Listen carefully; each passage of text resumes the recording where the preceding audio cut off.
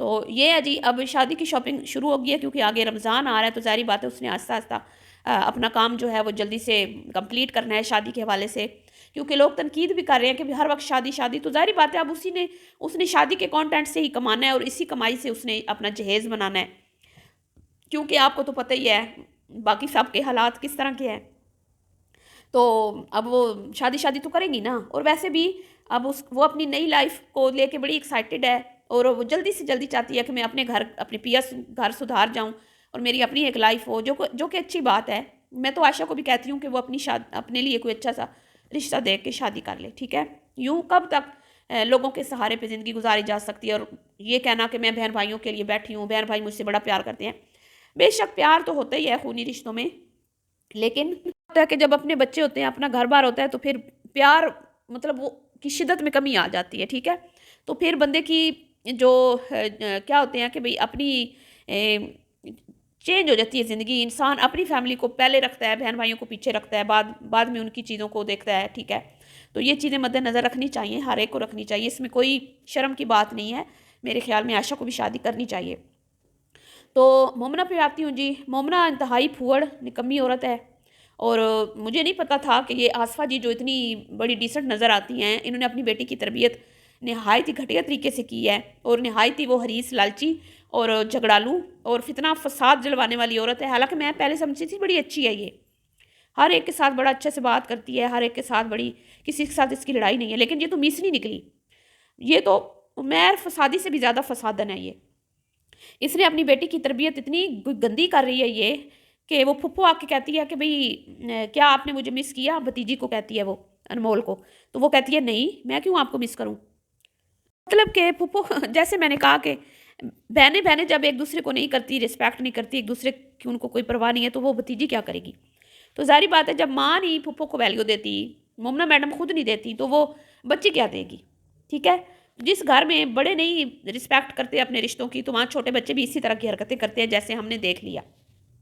دادی کو وہ مس کرتے ہیں کیونکہ ان کی اماں ان کو دادی کے سر پہ چھوڑ کے خود بیٹھی رہتی ہے کمرے میں، یا تو وہ ویڈیو ایڈٹ کر رہی ہوتی ہے یا ویڈیو بنا رہی ہوتی ہے، اس کے دو ہی کام ہوتے ہیں، ویسے اس کا گھر میں کوئی اس کا نہیں گھر میں کام نہیں ہے، اور اس کے کمرے کی حالت جب دیکھو نا تبھی کمرہ بکھرا ہوتا ہے، گندے مطلب طریقے سے بیٹھی ہوتی ہے وہاں پہ، اور ہر طرف چیزیں بکھری ہوتی ہیں، کوئی سلیقہ شواری نظر نہیں آتی اس عورت میں مجھے۔ تو یہ تو ان کے گھر کے حالات ہیں۔ اب بات کرتے ہیں جی،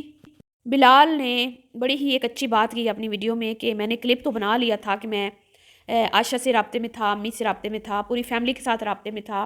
لیکن مجھے اچھا نہیں لگا کہ یہ لیڈیز کے معاملات ہیں، یہ کوئی اتنی مطلب پرسنل چیز ہے کہ شیئر کرنے میں شرم آتی ہے، تو اس لیے میں نے ویڈیو میں نہیں بتایا آپ لوگوں کو کہ عائشہ کو کیا مسئلہ ہے، اور مجھے اندازہ بھی نہیں تھا، بلال نے بولا کہ ویڈیو بنے گی اس چیز کی، کیونکہ وہ بھی شاید یہی ذہن بنا کے بیٹھا ہو کہ یہ ایک بہت پرسنل چیز ہے تو اس کی ویڈیو شاید نہ بنائی جائے، لیکن صد افسوس بھی اس کی بھوکی اور بے لگام عورتیں، انہوں نے اس کی بیماری کو بھی کیش کر لیا، اور جیسے میں نے کہا کہ یہ اب میں کیا کہوں کہ بھئی یہ اب عائشہ ایک ادھوری سی عورت رہ گئی ہے، اگر آپ سمجھدار ہیں سمجھ جائیں تو، اسی لیے بلال نہیں چاہتا تھا کہ اس کی یہ بیماری جو ہے وہ سوشل میڈیا پہ دکھائی جائے، اور اس لیے اس نے اپنی ویڈیو میں صرف آپ سے دعاؤں کی اپیل کی تھی، یہ نہیں بولا تھا کہ اس کا کس قسم کا علاج چل رہا ہے یا کیا اس کو مسئلہ ہے،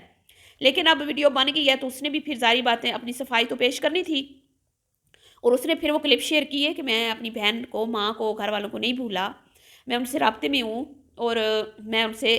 مطلب ان کی تکلیف کے ساتھ، جب وہ تکلیف میں ہوتے ہیں مجھے بھی تکلیف ہوتی ہے، اور جب وہ پریشان ہوتے ہیں میں بھی پریشان ہوتا ہوں، اور اس نے ڈھیروں دعائیں کی اپنی بہن کے لیے، اور سمینہ نے بھی کہا کہ ٹھیک ہے لڑائیاں جھگڑے زندگی میں ہوتے رہتے ہیں، اس کا مطلب یہ نہیں ہوتا کہ ایک انسان اگر بیمار ہے، پریشان ہے، تو اس کے جو پیار کرنے والے یا رشتہ دار یا اس کے ساتھ جنہوں نے ایک ٹائم گزارا ہے وہ تماشا دیکھیں گے، وہ بھی ظاہری بات ہے دکھی ہوتے ہیں، ان کو بھی تکلیف ہوتی ہے، باقی دیکھیں اختلافات، لڑائیاں جھگڑے یہ تو زندگی کا حصہ ہوتے ہیں، جب تک زندگی چل رہی ہے یہ چلتے رہیں گے، جب زندگی ختم ہوگی یہ ختم ہو جائیں گے، تو یہ کوئی نئی بات نہیں ہے، نندوں سے بھابھیوں کے جھگڑے یا بھابھیوں کے نندوں سے جھگڑے، یہ تو ایک فطری چیز ہے، یہ تو ہوتے ہی ہوتے ہیں لیکن لالچ میں نے پہلی بار دیکھا ہے نندوں کو بھابھیوں کے ساتھ، جو مومنہ اور عائشہ ایک دوسرے کے ساتھ ان کا لالچ کا رشتہ جڑا ہوا ہے نا،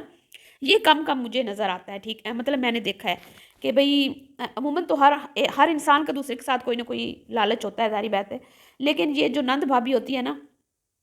ان میں بڑی جو ہوتے ہیں نا مطلب کہ اختلافات ہوتے ہیں، لیکن یہاں پر تو بڑا پیار دکھایا جاتا ہے۔ چلیے جی، ملتی ہوں نیکسٹ ویڈیو میں، اللہ حافظ۔